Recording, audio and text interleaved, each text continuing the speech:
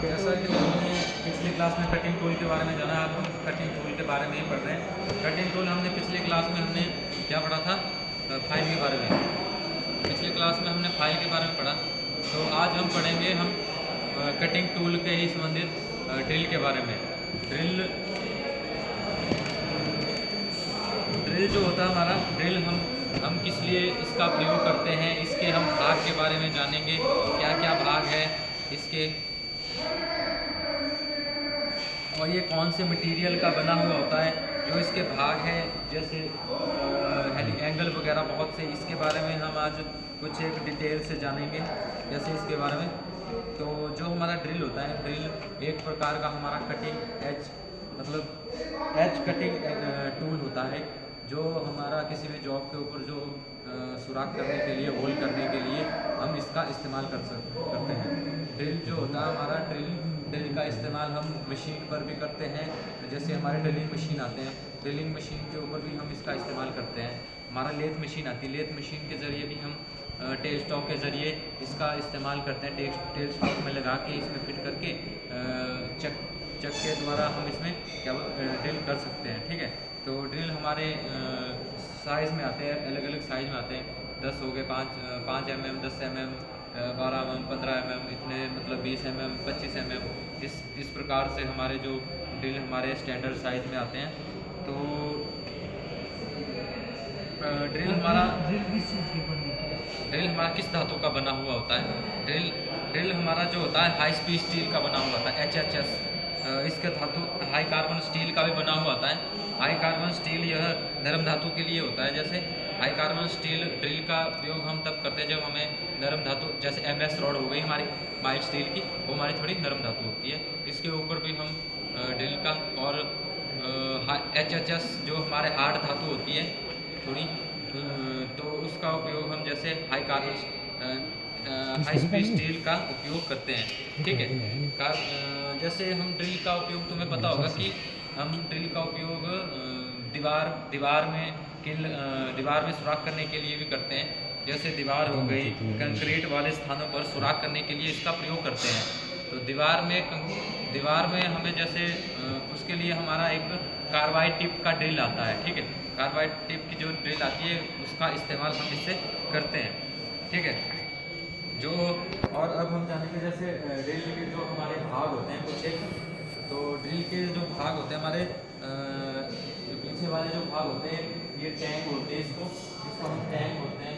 ये हमारे taper shank होती है, ये जो टेपर शैंक होती है इसके द्वारा ही हम ड्रिल, जैसे किसी भी ड्रिल चक होता है, ड्रिल चक में लगा के इसको हम फिट कर सकते हैं। ये हमारा जो ये वाला भाग होता है, ये वेब होता है। कुछ एक हमारे फ्लूइड वगैरह ड्रिल में आपने देखे होंगे, थोड़े से अंदर से थोड़े कटे हुए भाग होते हैं उसमें। ड्रिल जो होता है ना, उसमें जैसे अंदर से थोड़ा वो लाइनें सी होती है, जैसे अंदर वो स्लॉट कटे हुए होते हैं ना, जैसे चारों साइड में स्लॉट कटे हुए होंगे ऐसे गोल गोल से, तो उसे हम फ्लूइड कहते हैं, उसको हम फ्लूइड कहते हैं। और हमारे इसमें एंगल आते हैं, जैसे हेलिक्स एंगल हो गया, जो हमारा ये फ्लूइड से सेंटर तक की जो ये आती है हमारी, इसको हम एंगल बोलते हैं, हेलिक्स एंगल। इसके बारे में हम जानेंगे कि यह कितने डिग्री का होता है। और हमारा जो ये होता है लीड क्लियरेंस एंगल होता है, ये हमारा पॉइंट एंगल होता है, आगे वाला जो हिस्सा होता है हमारा, जिससे हम कटिंग करते हैं, ये जो हमारा होता है पॉइंट एंगल बोलते हैं इसको। ठीक है, और ये कटिंग एज एंगल, ये आगे वाला जो पॉइंट एंगल होता है इसका कटिंग एज एंगल होता है, ये 118 डिग्री का होता है। ठीक,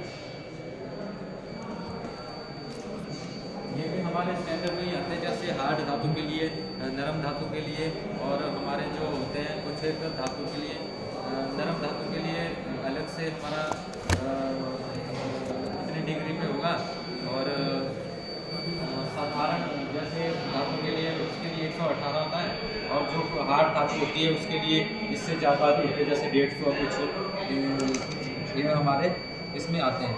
और हमारे जो कटिंग एज एंगल आते हैं इसमें, ये हमारे आते हैं हेलिक्स एंगल हो गया, हमारा कटिंग एज एंगल हो गए, हमारे लीड क्लियरेंस एंगल होंगे हमारे, और चीजल एंगल भी होता है हमारा इसमें, वो भी जो ये। उसके बाद हम थोड़ा इसके भाग के बारे में थोड़ा डिटेल से जानेंगे।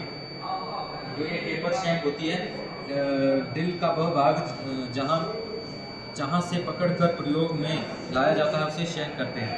यहाँ शैंक को पकड़ के ही किसी भी ड्रिल बिट में किसी ड्रिल चक होता है, ड्रिल चक में लगा सकते हैं। जैसे आपकी ये ड्रिलिंग मशीन है, इसमें जो ड्रिल लगाना हो तो उसको ड्रिल चक से पहले लगाना पड़ता है। उसके बाद हम पहले ड्रिल को ड्रिल चक में लगाते हैं, उसके बाद मशीन पे लगाते हैं, ठीक है। तभी हमारा जो इसमें जो शैंक आती है वो 2-3 प्रकार की आती है। एक पैरेलल शैंक होती है, पैरेलल शैंक होगी हमारी, टेपर शैंक होगी। टेपर शैंक जैसे होती है और पैरेलल में आती है, और स्क्वायर में आती है। स्क्वायर हमारी चारों भुजाएं जो बराबर होती है स्क्वायर में भी आती है। तो पैरेलल शैंक तो देखा कि आपने गोल होती है, जैसे हमारे पैरेलल शैंक ये होगी हमारी पैरेलल शैंक,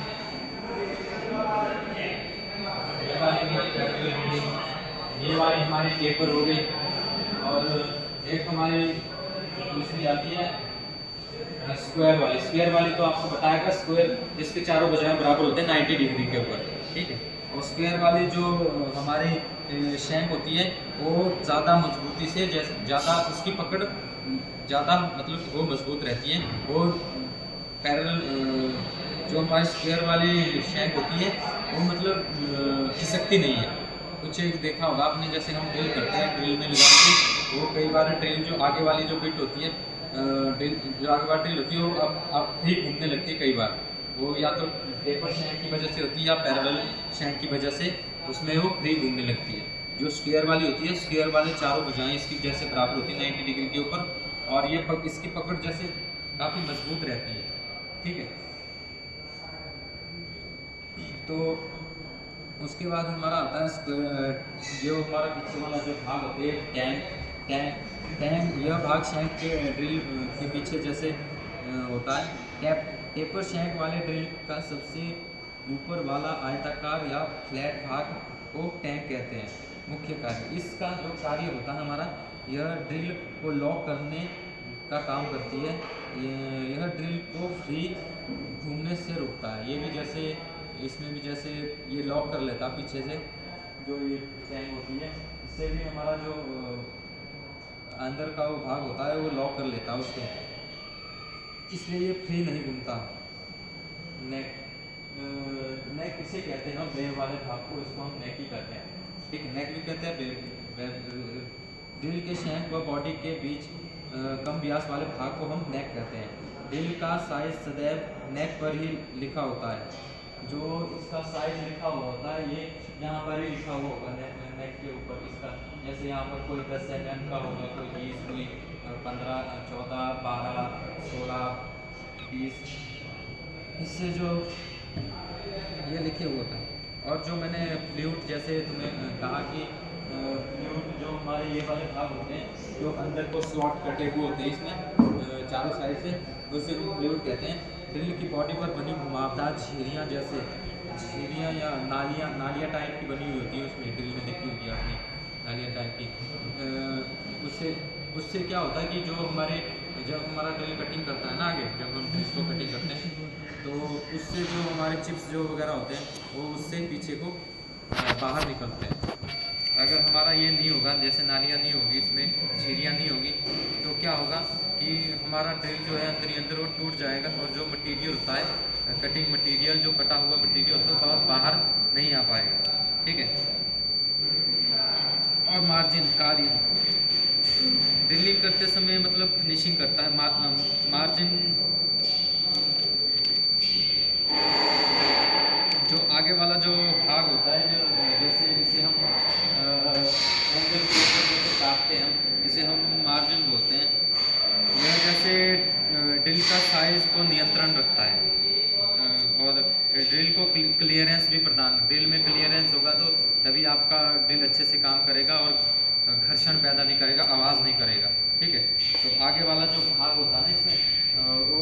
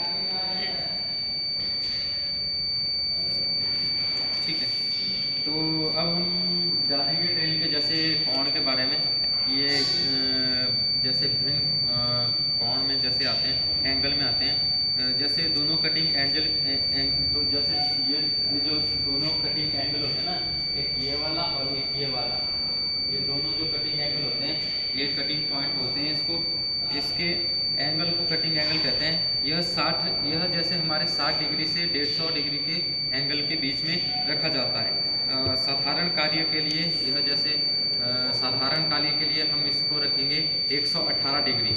जैसे साधारण कार्य हमारे जैसे हम मशीन के ऊपर करते हैं, इसको हम 118 डिग्री रखते हैं, ठीक है। और कठोर धातु के लिए तथा मुलायम धातु के लिए कम या ज़्यादा रखते हैं। कठोर धातु के लिए हम ज़्यादा डिग्री में रखेंगे इसको, इसका एंगल पॉइंट, और नरम धातु के लिए इसको कम रखेंगे। और जैसे हमारा हार्ड धातु, जैसे हमारा हाई कार्बन स्टील होता है, हाई कार्बन स्टील के लिए आपका 150 डिग्री का एंगल जो होता है, जो मैंने 118 लिखा ना एंगल, इसका जो होता है तो 150 डिग्री तक रखना पड़ेगा। और स्टेनलेस स्टील उसका भी 140 तक रखते हैं। कास्ट स्टील 130 तक रखा जाता है उसमें। और साधारण कार्य के लिए जैसे हम माइल्ड स्टील का, जैसे हम MS रॉड का इस्तेमाल करते हैं, उसके लिए आपका जो ड्रिल का एंगल पॉइंट होगा वो 118 डिग्री होगा, ठीक है। और मुलायम धातु के लिए, जैसे मैंने बोला, मुलायम धातु के लिए 118 डिग्री से कम। मुलायम धातु हो गई, जैसे हमारा तांबा हो गया, पीतल हो गया, उसके लिए आप 90 डिग्री भी रख सकते हो, 100 डिग्री भी रख सकते हो। कास्ट एल्यूमिनियम हो गया, उसके लिए भी आप 90 डिग्री रख सकते, 90 डिग्री का आगे का ड्रिल का जो एंगल होता है 90 डिग्री का रख सकते हो। और लकड़ी और प्लास्टिक का इस्तेमाल, जब आप लकड़ी और प्लास्टिक में कभी ड्रिल करेंगे तो उसका ड्रिल का कटिंग एंगल आप 60 डिग्री भी रख सकते हैं, तो उसमें कम रखना पड़ता है, ठीक है। तो साधारण कटिंग एंगल जो हमारा होता है वो 118 डिग्री ही होता है। अगर आपको कभी एग्ज़ाम में क्वेश्चन आएगा कि आपका ड्रिल का कटिंग एंगल कितना रखा जाता है, तो उसमें 118 डिग्री ही लिखना है, ठीक है। और अगर पूछेगा हार्ड धातु के लिए तो बोलना 100 मतलब 150 तक ही होता है, और कम से कम होता है इसका 60, ठीक है। और हमारा जो लीप क्लियरेंस एंगल होता है यह 60 डिग्री। ये हमारा जो लीप क्लियरेंस एंगल, ये वाला जो एंगल होता है हमारा, ये वाला जो फ्लूइड में लीप क्लियरेंस एंगल होती है, इसको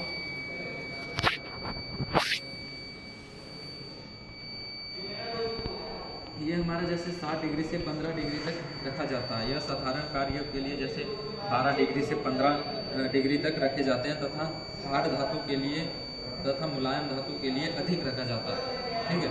तो जैसे हाई कार्बन स्टील के लिए जो जैसे हमारा कम हो गया, और माइल्ड स्टील के लिए हमारा जैसे ज़्यादा हो गया, ये वाला एंगल पॉइंट।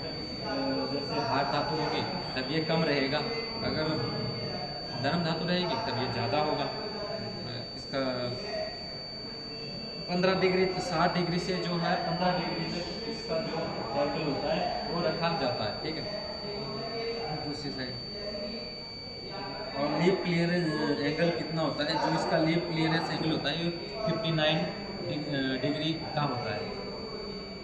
लिखो इसका जो लीप क्लियरेंस एंगल है, ये जो हमारा लीप क्लियरेंस एंगल 59 डिग्री तक रखा जाता है, ठीक। तो इसमें हमारे और भी एंगल आते हैं, जैसे चीजल एंगल हो गया हमारा, हेलिक्स एंगल इसको बोलते हैं हेलिक्स एंगल। ये वाला एंगल हो गया हमारा 59, ठीक है। और एक हमारा जो आता है इसमें हेलिक्स एंगल आता है। हेलिक्स एंगल ड्रिल के फ्लूइड में जितने एंगल पर बनाए जाते हैं उसे ड्रिल का हेलिक्स एंगल ही कहते हैं। जो ड्रिल का जो फ्लूइड होते हैं ना, फ्लूइड जो बाहर वाली जो छीलियाँ जो नालियाँ कटी हुई होती है उसके ऊपर थोड़ा सा कटिंग एंगल होता है, वही उसी फ्लूइड से तो जो ड्रिल होता है वो कटिंग करता है, उसी से तो कटिंग करता है। तो यह एंगल निश्चित रखा जाता है, अर्थात जैसे हेलिक्स एंगल ये जो होता है हमारा 10 से 40 डिग्री तक रखा जाता है। 10 डिग्री के लिए हमारा जैसे हार्ड धातु के लिए रखा जाएगा, और नरम धातु के लिए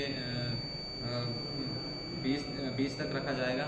और 20 के बाद जैसे हमारा जो कठोर जैसे हार्ड नहीं, नरम और सॉफ्ट जो होते हैं उससे भी ज़्यादा सॉफ्ट जैसे हमारे हो गए, वो हमारे इसमें 40 डिग्री तक हम रख सकते हैं, ठीक है। ड्रिल की स्पीड, ड्रिल द्वारा 1 मिनट में लगाए कट गए चक्रों की संख्या को ड्रिल की स्पीड कहते हैं, आरपीएम कहते हैं। ठीक है, ड्रिल जब जब हम जैसे ड्रिल को एक बार घुमाएंगे ना, एक बार की कट को हम जैसे उसमें कटिंग करता है उसको हम आरपीएम कहते हैं। तो आरपीएम जैसे मीटर पर मिनट के हिसाब से ये चलता है। आरपीएम जैसे कितने आरपीएम में हमने ये काटा, ये उसका मीटर पर मिनट के उसमें जो इसका वो होता मात्रक उसके हिसाब से चलता है। ठीक है, तो कुछ एक नोट है जैसे ड्रिल को कटिंग स्पीड ड्रिल की साइज और धातु की हार्डनेस पर आधारित होती है, और कटिंग स्पीड हार्ड धातुओं के लिए कम तथा मुलायम धातुओं के लिए अधिक रखी जाती है। जो हमारे कटिंग स्पीड होती है ना, वो हार्ड धातु के लिए जैसे हम कटिंग स्पीड होती है जो हमारी, उसको कम रखेंगे, और जो हमारी नरम धातु है उसके लिए हम ज़्यादा रखेंगे, तभी हमारा ड्रिल जो है अच्छे से सुराख करेगा, होल करेगा और फिनिशिंग भी अच्छी देगा। ठीक है, तो ये थे कुछ ड्रिल के बारे में। तो ड्रिल हमारा हो गया। अब हम थोड़ा इसमें हेक्सा के बारे में पढ़ेंगे। हेक्सा हमारे कितने प्रकार की होती है, जैसे हेक्सा का क्या कार्य होता है, आपको तो पता ही होगा, आपने वर्कशॉप में हेक्सा चलाई होगी। हेक्सा जैसे तो उसके प्रकार और भाग के बारे में हम जानेंगे थोड़ा सा।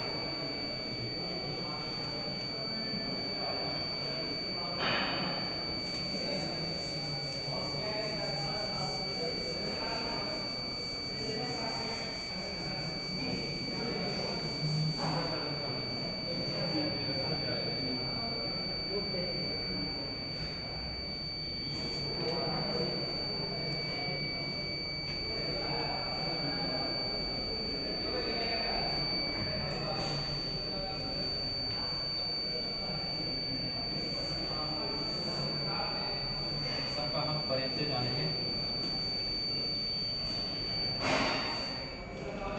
ये भी हमारा कटिंग टूल में ही आता है। इसमें भी हमारा जो यह एक ऐसा कटिंग टूल है जो हमारे पार्टिंग ऑफ जैसे पार्टिंग ऑफ मतलब बीच से जैसे टुकड़ों में हम इससे हेक्सा से हम किसी भी जॉब को बीच से टुकड़ों में काटते हैं।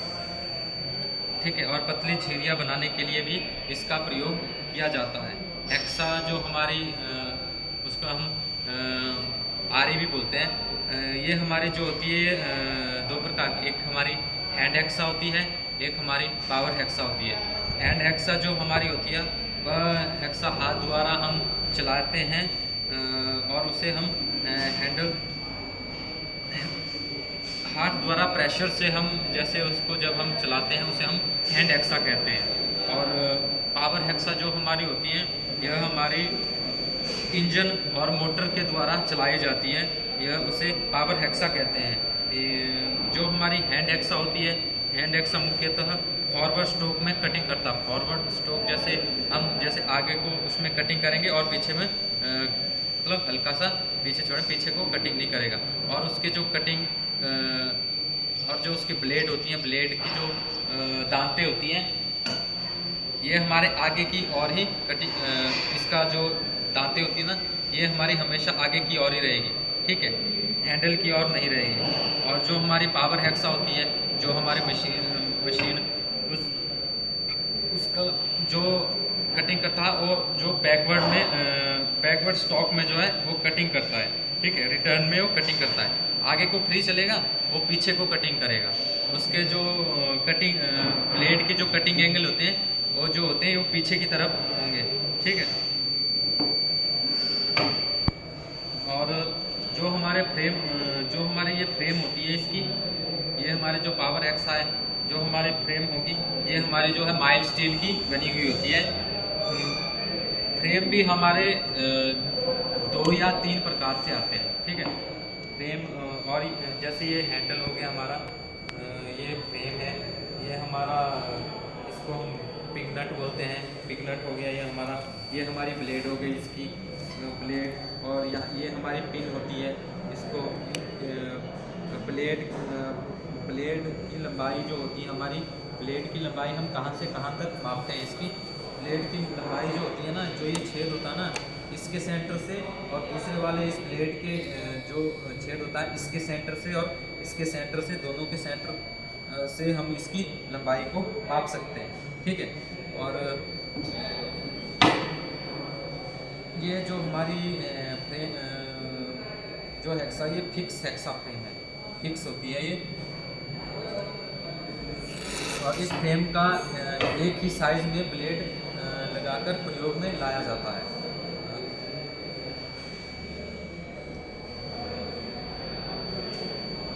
और ये हमारी फिक्स है। और दूसरा आता है हमारी adjustable hexa frame. Adjustable hexa frame जो हमारी होती है, और उसको हम दोनों साइड से एडजस्ट कर सकते हैं। जैसे हमारी जो फ्रेम की जो लंबाई है उसको हम एडजस्ट कर सकते हैं। उसमें यहाँ पर आपको इस वाले भाग में आपको 2 नट मिलेंगे। 2 नट के ज़रिए आप उसमें आगे या पीछे एडजस्ट कर सकते हैं ब्लेड की लंबाई के अनुसार। उसमें आप ब्लेड की जैसे अलग अलग साइज़ के ब्लेड को हम उसमें फिट कर सकते हैं, ठीक है। और एक हमारा होता है डेप्थ या डीप हेक्सा फ्रेम। डेप्थ या डीप हेक्सा फ्रेम, इसका प्रयोग हम अधिक गहराई में जॉब को काटने के लिए किया जाता है। कोई भी जैसे हमारी मोटी जॉब होती है, जो हमारे कुछ हमारी ज़्यादा मोटी जॉब होती है, वो ये हमारा नहीं काट पाते, वो उसमें फंस जाएगा। और उसके लिए हम जिस हेक्सा का प्रयोग करते हैं वो हमारा डेप्थ और डीप हेक्सा फ्रेम का प्रयोग करते हैं। उसका जो फ्रेम होता है वो थोड़ी ऊंची होती है, यहाँ से थोड़ी ऊंची रहेगी, मतलब यू आकृति की रहेगी, वो ऐसे में ऐसे यू आकृति की रहेगी, ठीक है। तो हमारे डीप तक हम उससे ज़्यादा मोटी जॉब में कटिंग कर सकते हैं, और ज़्यादा चौड़ाई वाली जॉब में कटिंग हम उसमें कर सकते हैं, ठीक है।